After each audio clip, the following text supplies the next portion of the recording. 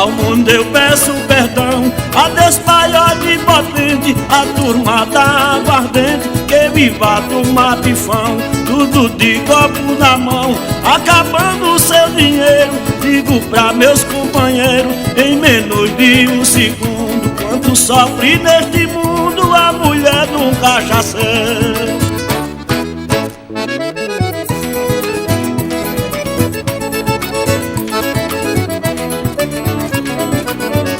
Tem homem que é casado, despreza sua mulher, vai viver no cabaré, volta sem ter um cruzado, em todo canto danado. Chega e diz que é solteiro, que é rico, que é engenheiro, que é o dono do mundo. Quanto sofre neste mundo a mulher de um cachaceiro.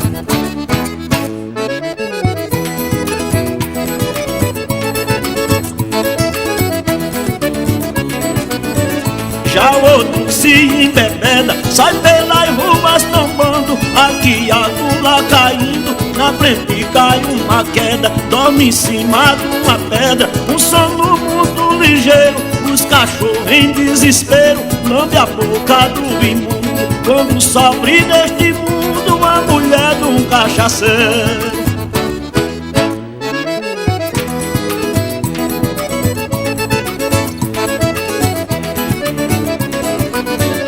Meu compadre Zé Maria, que mora na cabaceira, bebe cachaça rancheira, toda hora, todo dia, desconhece a freguesia e acaba o seu dinheiro, e se torna um maloqueiro, bebarrão e vagabundo. Quando sofre neste mundo a mulher de um cachaceiro.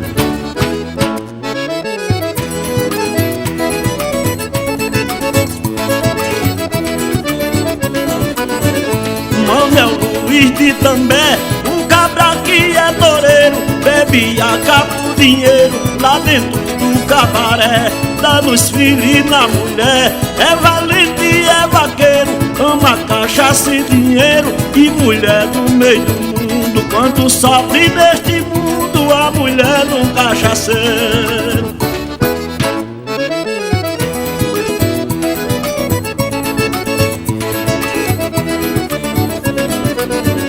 Já avisei lá em casa, disse pra minha mulher, no dia que eu morrer, você sabe como é, coloque no meu caixão 40 litros de té, 2 grades de cerveja e um punhado de mulher, que eu quero ser enterrado lá no meio de um cabaré.